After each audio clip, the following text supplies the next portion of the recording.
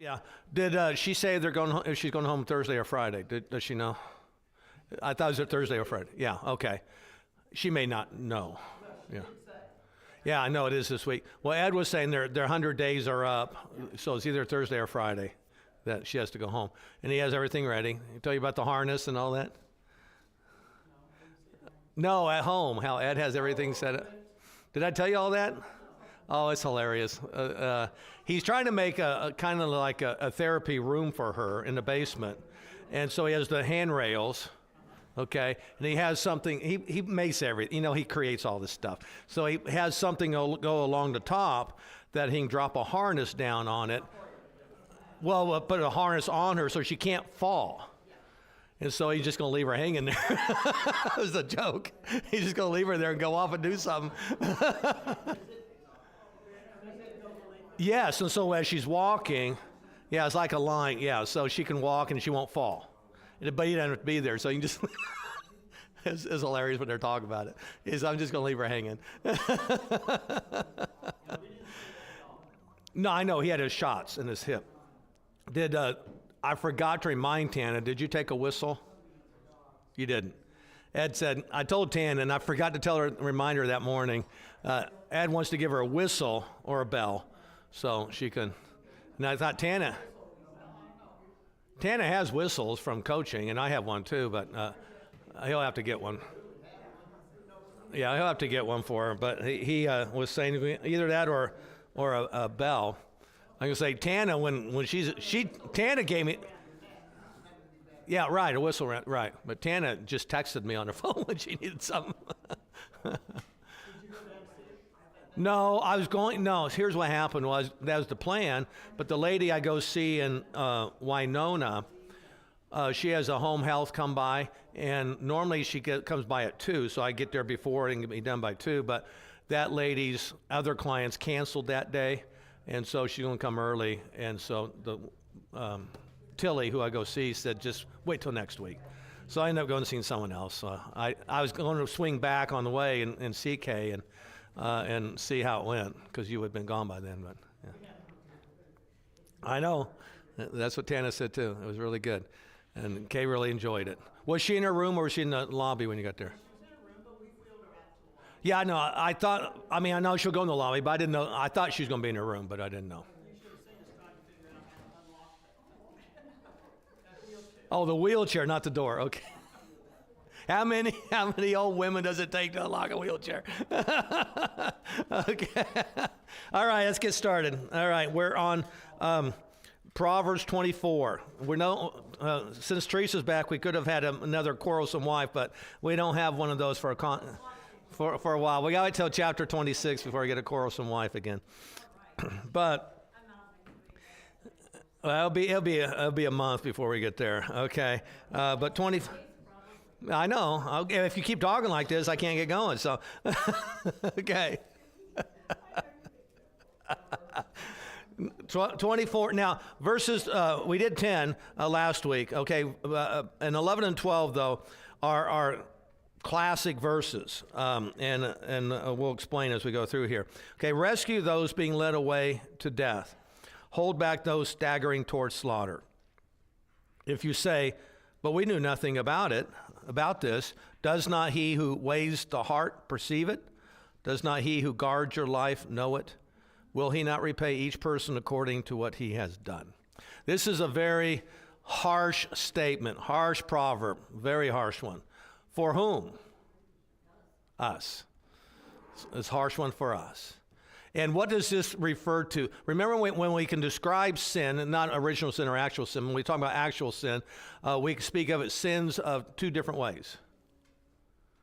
Sins of and omission. This is the sin of omission. So what is the sin of omission? Not doing something that you could. Yeah, not doing what you should do. Not doing what you should do. And see, what's the excuse that people make? I didn't know. See, that's what the proverb says. Well, I didn't know. Well, maybe you didn't know. But the rest of that proverb says, but he who weighs Yeah, he who weighs the heart perceives it, and does not he who guards your life know it. In other words, you might be able to fool other people. So, oh, I didn't know this was going on. But you can't fool God. So this is a passage that's used by pro-life movement. Okay? Rescue those being led away towards to death. In other words, there's nothing unborn babies can't do anything about it. And so that's why it's a pro-life movement. And this is also why last week I mentioned at the very end from the previous proverb, but it applies this one, the Lutheran Church in Nazi Germany. Okay, this was that. Okay, or the silent majority in America, that is supposedly silent majority of Christians who don't do anything to raise their voice against the woke culture and all the perverted things going on in our culture. Just let it go. Okay, and you say, but I don't know anything about it. Yeah, and honestly, you might not know. I know I don't know a whole lot because I intentionally don't watch the news because I don't want to know. But that's still not an excuse, is it? Yeah, it is bad. It's not an excuse. But I'm confessing, okay? So I admit, though, that I don't want to know because then I might have to do something about it. And isn't that sad? Well, you just talk more about it and vote right. You can be exposed to things, but you don't have to bathe in it. Well, yeah, that's true. Yeah, it's true. I mean, and I do a little bit. I don't do enough of watching the news, enough of current events to know what's going on. But you're right. You don't have to bathe in it. That's true. The dilemma is by watching the news, you don't know if you're becoming better informed or better misinformed. Well, right. Yeah, right. And I guess that's why they say you have to watch all kinds of news, don't you, or something like that. Or I don't know. That's why I say I don't do it. I just don't do it. Or if now we actually have an office within our Missouri Synod that does this, pays attention, but I don't check that out either. And they would be reliable. Were you going to say something? Okay, and they would be reliable. In fact, the former Lutheran Hour speaker, that's what he does in Washington, D.C. I forgot the name of the office that he holds. Anybody know? He's in Washington, D.C. Yeah. No. Seltz. Greg Seltz. Yeah, right. And that's what he does. He's like a lobbyist, a Lutheran lobbyist. So he knows what's going on, but I don't know what his official capacity is.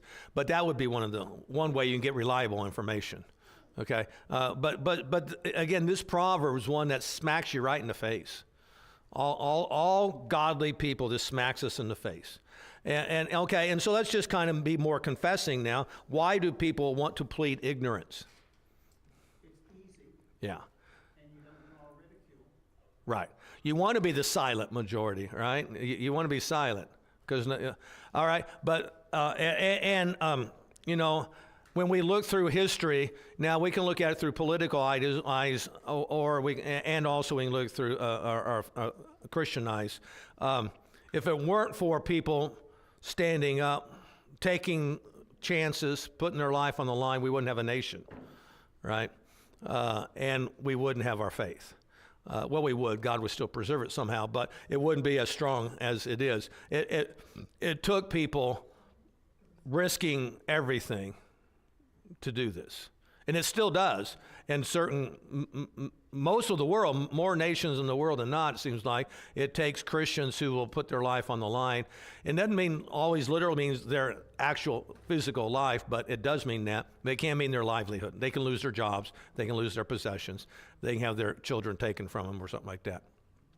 It's horrible, but people do that. They do that, and that's what this is a good one. And all right, so how do you overcome that fear? Pray, and basically relying and trust, remembering who your God is. Who says, he says you're going to have hardships and troubles, but nothing will ever separate you from me. And you will emerge from all of this in eternity, not in this life, victoriously. And so it's a matter of keeping your focus on the timeline of things and realize what's really important. And what really is important is the eternity and not just the here and now. This is the passage is about Jesus, who for the joy set before him endured the cross, scorning its shame. He says, I know what's coming, but I know what was beyond that. And what was from that. I knew the salvation I secure from that, and he knew the victory he has after that. Okay, or this is the Philippians 2 passage that Jesus became obedient to the point of death itself. Okay, knowing all the time this is what's awaiting him, and yet he still did it because he was exalted to the highest place. God said. Or Paul says in that passage. And so it's always relying upon the gospel promise that helps us to maybe have a little bit more courage. But Christians are called to be courageous Christians, not cowardly Christians. So this is a good passage. This is one that I had memorized, and I know it was a good one because it's a good reminder if you're starting to get where you just don't stand up for anything anymore. It's kind of like, okay, you need to read this passage again. And it is law. It's only law. That's all it is. It's a harsh statement because it is saying God knows what you are thinking, and he knows your motivations or even how you rationalize things. He knows. And what does it say at the end? He will repay you. That's what it says. He will repay you for what you've done. And he maybe repay you by saying, okay, you didn't stand up for something, then you're the next one coming. Like happened with Nazi Germany with the Lutherans there. And when he says, I didn't stand up when they took the gypsies away, when they took the Jews away, when they took the homosexuals away, I didn't stand up for them. Then when it came my turn, no one stood up for me. Okay, and he went, Martin Niemöller was that pastor, Luther. And when they took him, threw him in a concentration camp. So that's what happens. If you don't stand up for others, you kind of stand when it comes your turn, there's nothing there. All right, so that you got that. You understand with that one. All right, the next one, now we get to something good, okay? Now, a modern translation would say, eat donuts, my son. A half a dozen of them. All right, or eat bacon. Yeah, right. Okay, no. Eat honey, my son, for it is good. Honey from the comb is sweet to your taste. All right, now I stopped there because that's not really the end of it. If that were just what the proverb is, it's kind of like, why is that there? Okay, why would you counsel your son to eat a lot of honey? Okay, because it tastes good. Okay, that's not really the reason for this. Okay, just like as we're going to find out, I'll read the rest of it, and then I'll say why. It says, know also that wisdom is sweet to your soul. If you find it, there's a future hope for you, and your hope will not be cut off. All right, so is it really about honey that he's talking about? No, and it's just it's the same thing too as in the Old Testament. There you have this passage: "Don't muzzle the ox while it's treading out the grain." And Paul says it wasn't really about oxen that God was talking. What was he talking about there? Don't muzzle the ox while it's treading out the grain. The worker deserves his pay. No. Yeah, well, or actually just saying pay your pastor is what it's saying. That's what it's really about. That passage is don't muzzle the oxen of the pastor. Your pastor is an oxen. Don't muzzle while he's doing pay your pastor. That's really what he's saying, Paul said. It's not about oxen that he's concerned. He says the worker deserves his wages. I'm not saying anything. I'm just saying that Paul took a passage that was just why, but it's still a passage that pertains to good animal husbandry. Don't muzzle the oxen while it's treading out the grain. Let it enjoy something, and it will give it more motivation to work. Okay? So it's not really about oxen, but it is about oxen. So is it really about eating honey? No, it's not really about eating honey, although he's saying honey was good. It's sweet, and apparently they considered it healthy. Okay, so take honey. So eat honey. So donuts aren't, though? That's why I goes when I substitute. The donuts aren't on that category. Okay, all right. But eat honey, okay, for it is good. But what's it really about? What's this really about? Get wisdom. How do you get wisdom? Reading the Bible. And in fact, that is I just heard on the radio going in today, a guy was preaching on 2 Timothy 3, how from infancy you've known the Holy Scriptures, which are able to make you wise unto salvation. And they teach you how to live a productive and profitable life. Okay? So that's how you get wisdom. So the idea is, if you think honey is really tasty and you just want to eat a whole lot of it, good. Now apply that to the Bible.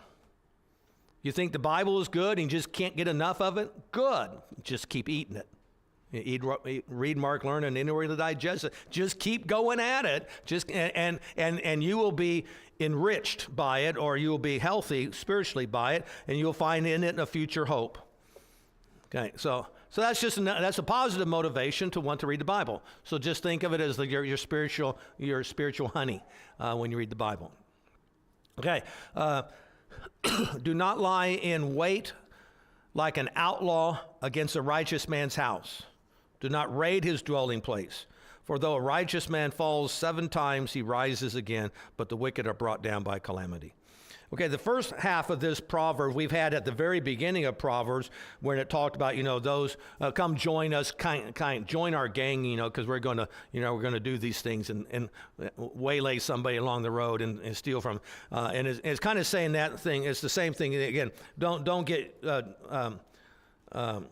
caught up with those who have evil as their intent.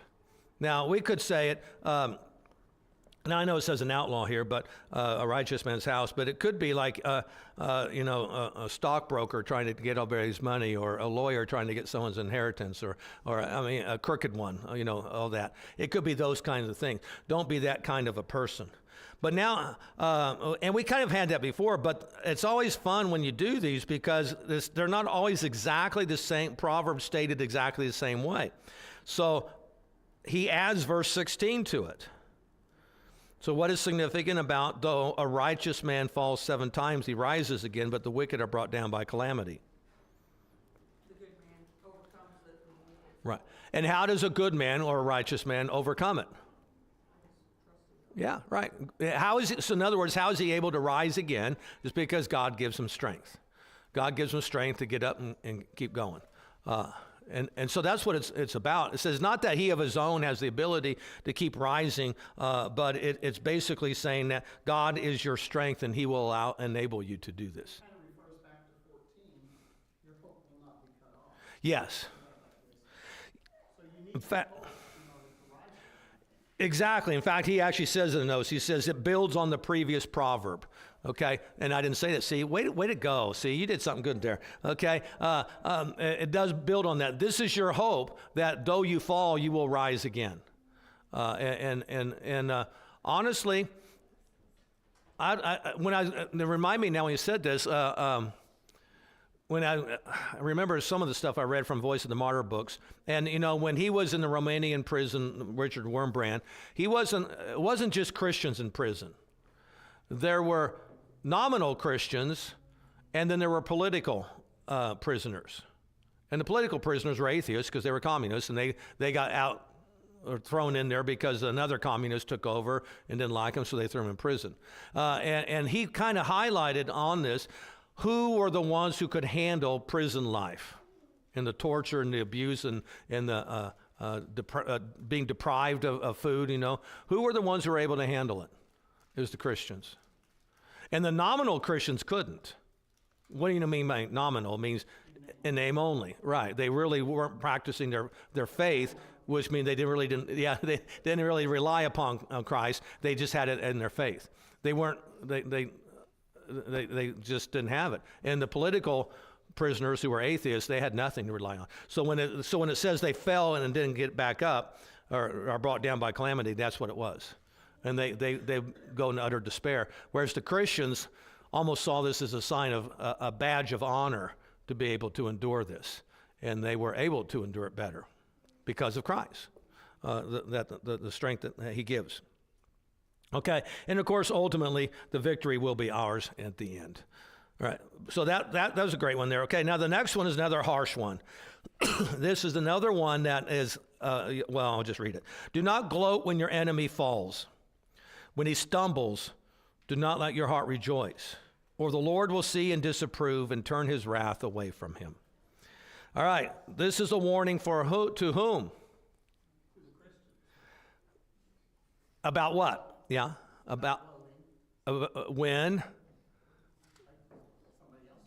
falls, right? When your enemy falls. All right? This is a hard one. I would imagine every one of us violates this proverb. I know I do, especially if you're in sports.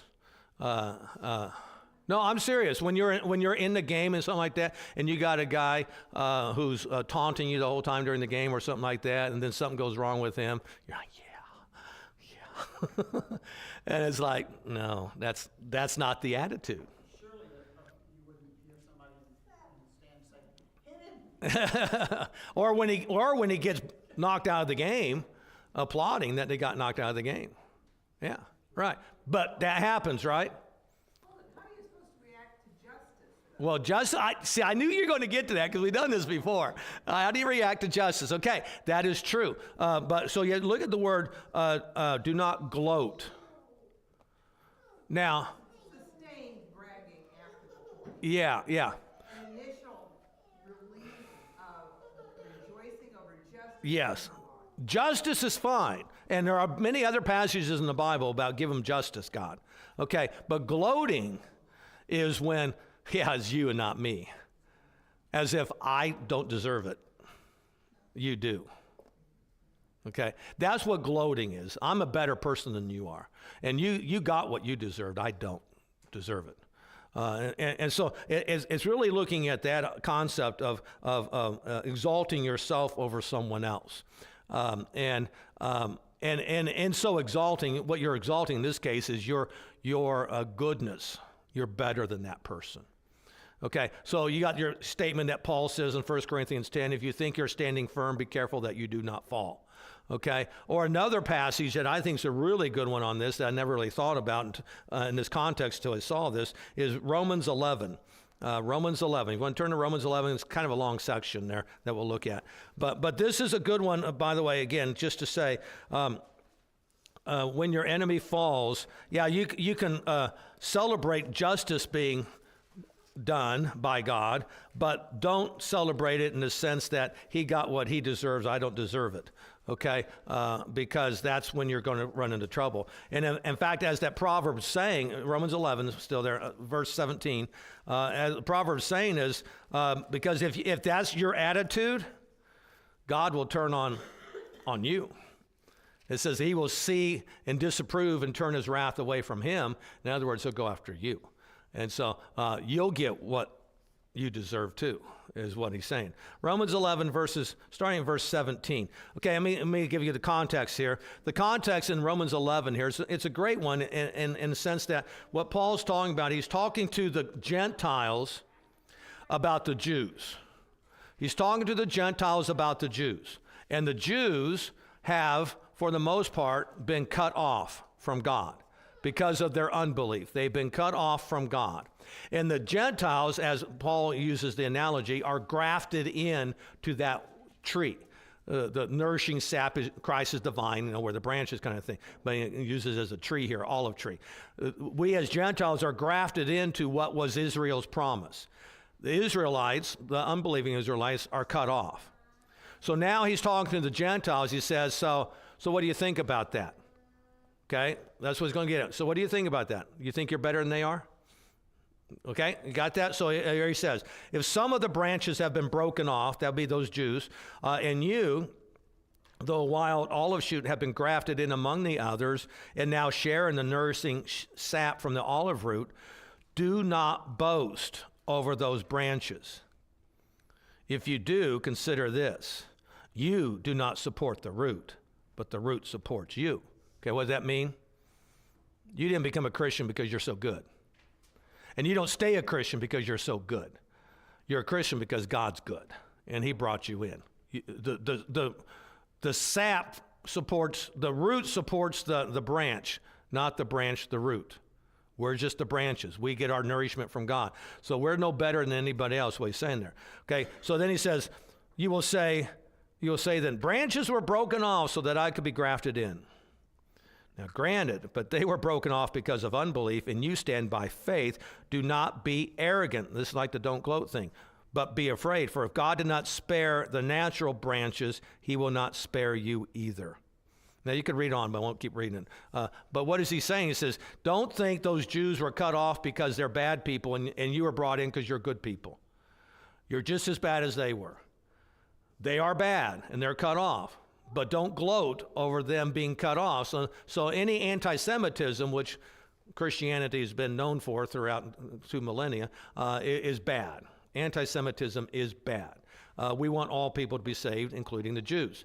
That's the concept here too, though, is he's saying no one who rightly understands who he is as a Christian can ever boast. Ever. Paul says it earlier. Where then is boasting? It is excluded. On what principle? On that of the law? No, but on that of faith. We didn't make ourselves Christians, despite so many denominations that believe I made my decision to accept Jesus. No, we didn't make ourselves Christians. God did it. We can never boast, but I gave my heart to Jesus. I'm better. I gave my heart to... No. God gave his life for us.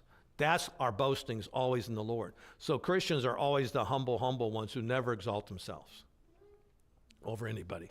So this proverb, I think, is a great proverb. And of course, you're right. You have to distinguish what does it mean about justice, though. Justice is still justice, but this is a gloating. This is a gloating over it. I think, it's a matter of focus, whether your focus is back on you and Yeah. glad for me, or whether your focus is Yeah. on God. And an example of that, I think, is Moses, the Song of Moses after the Israelites, The Red Sea, the Red Sea, and the horse and rider thrown into the sea. Yeah. Moses gave the credit to God. Yeah. Thank you for delivering, Yeah. rather than saying, well, I'm glad those Egyptian soldiers are gone. Yeah, well, see, that's a really good point. Yeah, the focus is still not on, they got what they deserve. The focus is we're delivered and we're saved. That's justice. That is just, I know. That's what I'm saying. So you're not gloating over it. See, you're thankful you've been delivered. Right. That's how I think is the proper approach. I'm sorry, what? Whose will has been done? Yeah.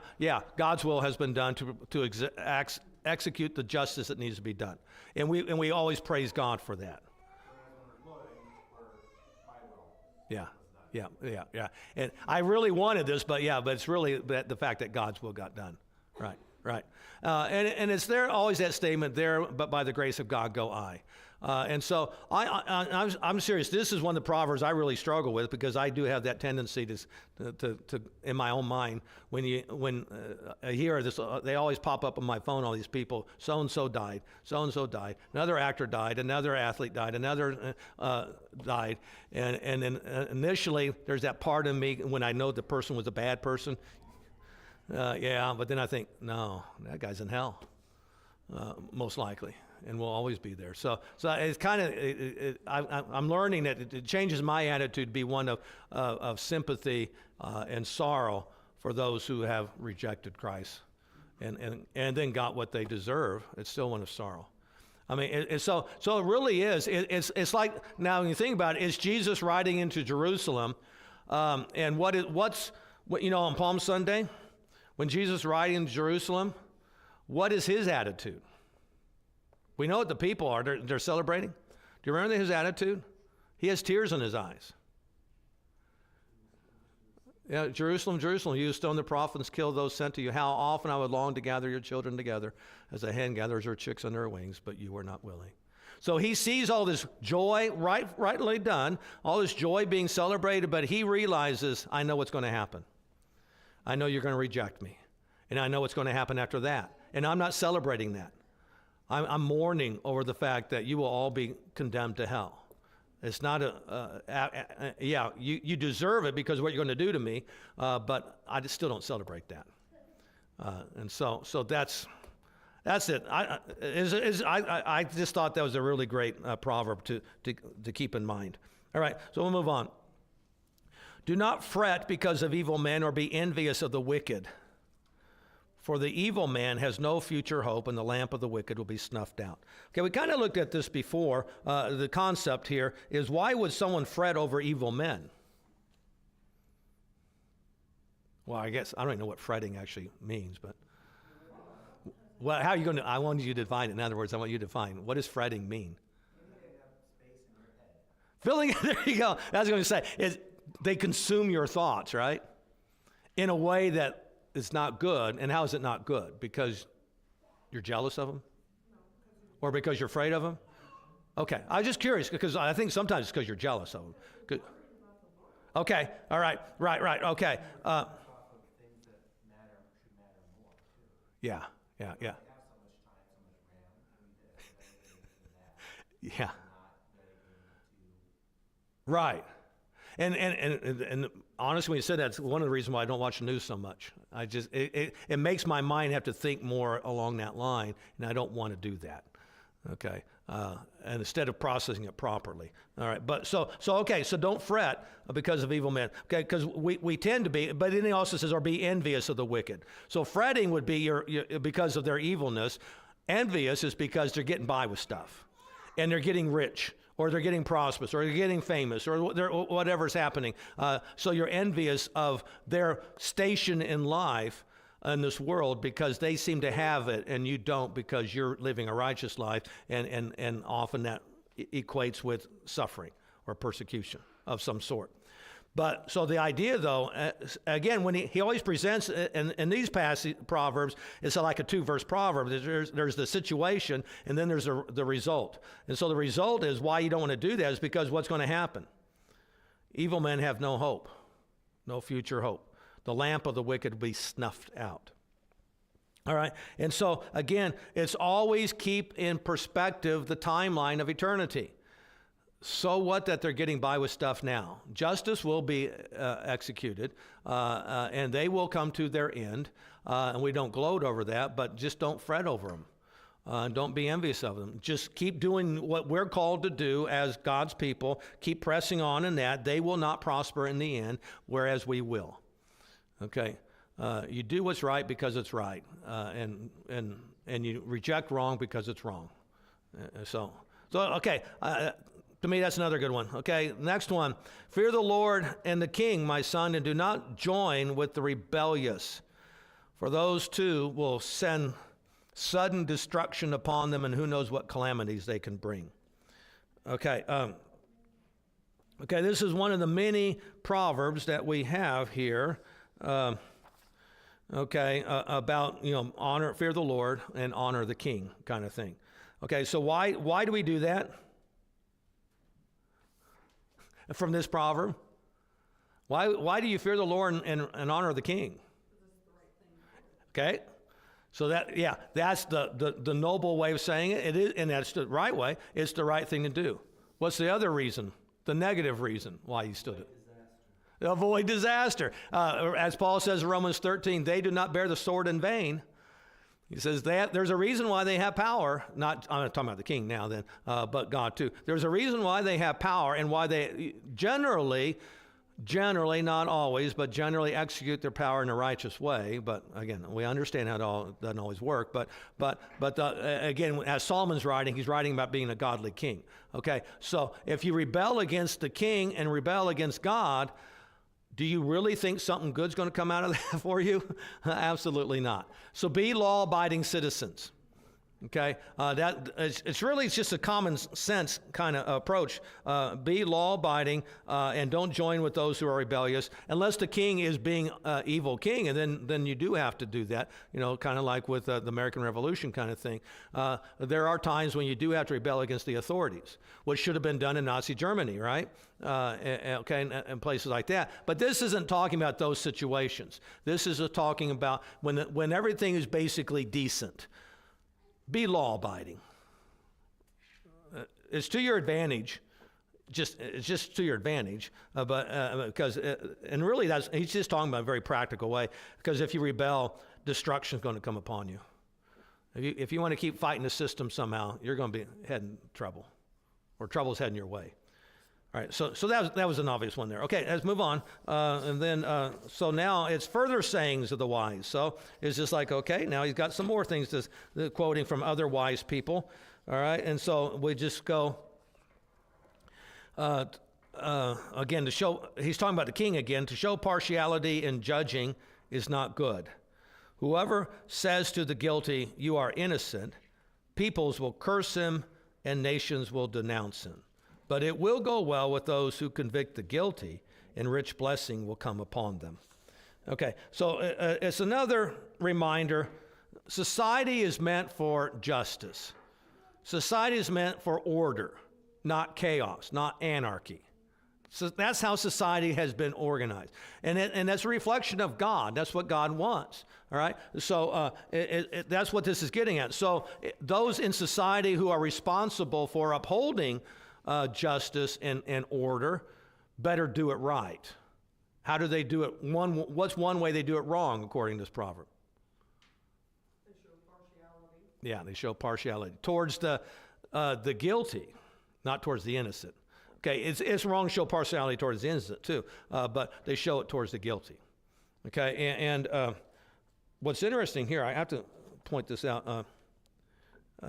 When it says that when they do that, so when those who are authorized to have authority, when they misuse that authority to allow criminals and convicts or whatever to get by with their thing, whereas the innocent are now punished for doing what's right, then what's going to happen, what the second half of verse 24 says, people will curse him and nations denounce him.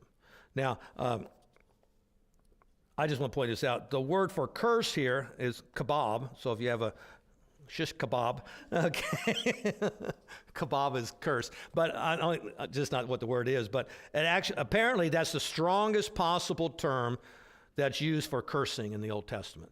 It occurs most often in the account in Numbers 22, where Balaam is hired by Balak to curse the Israelites. You remember that story? Okay, and the talking donkey in that one. Okay, and now he's hired. Balaam's hired by Balak to curse, to kebab the Israelites, and so that's the when that's used. That word is used. And I'll just point out that this is what it, so in other words, it says when peoples will curse him, this is what should be done, but it usually isn't done in our society. In our nation, that means people will impeach him, okay, and remove him from office. That's what the cursing here. But then it goes on here, it says, okay, but it will go well with those who convict the guilty, and rich blessing will come upon them. Now, what's interesting about that is that the word here is na'am it'll be pleasant. It will literally, it says, but for those who convict, it will be pleasant. Okay? It will be pleasant or delightful for them. So it expresses a promise that is, because it's a future, it will be pleasant for them. And so it's like God, when those who have this position of authority act properly and execute justice properly, God will bless that. And it will be pleasing to you. God will do that. Okay, and in fact, the word here is even that used in Psalm 16, verse 11. Oh, I have that one, forgot how it goes though. Which refers to the resurrection. Psalm 16, verse 11 says at the very end, you have made known to me the path of life. You will fill me with joy in your presence, with eternal pleasures at your right hand. That word eternal pleasures is this word here, where it says that rich blessing will come upon you. The rich blessing is that eternal pleasures. Okay, this is what will be given you when you are acting properly. So it's any person in authority. Okay, obviously it starts with the leaders in government, but it goes down every level of government. It goes to businesses. It goes to the classroom. It goes to workplace, of course, and theater, band, orchestra, sports. It goes everywhere where someone is an authority. It goes to me too. Okay, so if you do what's right, and sometimes it's like, well, of course, do what's right, but sometimes it's not easy to do what's right, is it? Because sometimes, and here's my thing, is not always so much, and I know sometimes it's not always easy to convict the guilty because they may have a lot of power and influence. Okay, and in fact, this happens in churches sometimes. The person who's guilty of causing division or strife within the church are the biggest money givers. Okay, and it's kind of known. Why? Because the person lets you know that. Okay, not that the pastor knows. I'm not saying it's happening here, but it does happen in churches. Okay, that it's known. Okay, and so what does the pastor do? Because he often overlooks it. And even the elders, because it's a joint effort, it's not just pastor, they will often overlook it because we can't afford to lose this person. And that's wrong, right? And so ultimately, really, does anything good come out of that? Of course not. Of course not. Okay? But doing the right thing's not easy, is what I'm saying. It's just not easy sometimes. And actually, sometimes it's not easy, and this is where I think it's harder for me. It's not easy when someone who is really a decent person does wrong, and now you kind of want to overlook it because they're not bad. You want to give them a break. It's like, do you? See what it's saying? Do you, when they're guilty, do you exonerate or just overlook it because they're usually not bad people? Or do you have to confront it? You should confront it. It doesn't always mean you have to be really hard about it, but you do need to confront it. You need to deal with it. Yeah, just give them a pass. Right. I don't think it's ever easy to live. To be an authority is what this is about. Right. But I don't think it's ever easy to be a good Christian. It's very difficult. Right. It is. And obviously, as if you're striving to do this, because we live in a wicked world. And if you let a little bit of wickedness go by, it becomes more wickedness and more wickedness, right? And yet it's easier to just let it go by. That's why, see all these proverbs, starting with the first one we did today. You say, I don't know anything about it. I'm just going to overlook it. Well, see, then it just gets worse, doesn't it? It becomes a snowball effect. Yeah, so obviously that's why we need to realize we can't do this on our own. We need help. We need God's help all the time. All right, but we need His strength, His intestinal fortitude, his guts, right? We need the courage and boldness to do what's right when it's not popular. It's not fun. All right, so that was a really good section there too. All right, we'll finish with the easy one. An honest answer is like a kiss on the lips. All right. Now, and here he actually says a kiss is a kiss, okay? Now, it can be a familial kiss or a passionate kiss, but it really is a kiss, okay? But the key is, what is like that? What is like a kiss on the lips? An honest answer, okay? That doesn't mean a flattery, embellishing kind of thing. When someone talks to you that way, that's in other words, that's like them kissing you on it. No. You want an honest answer, an honest, open answer, okay, from a friend or from somebody, and that's like a kiss on the lips for a grateful hearer. It's not a Judas kiss though, so that'd be the flattering one. That'd be a Judas kiss. You don't really mean it. Okay, but it's not talking about that. It's talking about an honest answer. So, and so it's not like you're not saying go around kissing everybody, but it's saying speak honestly to people, and they will receive it as if you just kissed. Now, I don't mean this don't get weird on me, okay? It doesn't mean like you just kissed them on the lips, but it's like, well, thank you. That meant a lot to me that you were honest with me. Okay? Now, you can't be honest with a fool because we have other passages like that. They don't accept it. So this is someone who is willing to accept that. Be honest with that person. And of course, you do it in a gentle, polite way. You don't do it in a crude, harsh, rude, disrespectful way. But that's what this is getting at. All right? So we'll quit there so that we can get now to some more of these bad things. No, the next one's not real bad. Okay. Well, we'll pick it up there January 28th. February, 11th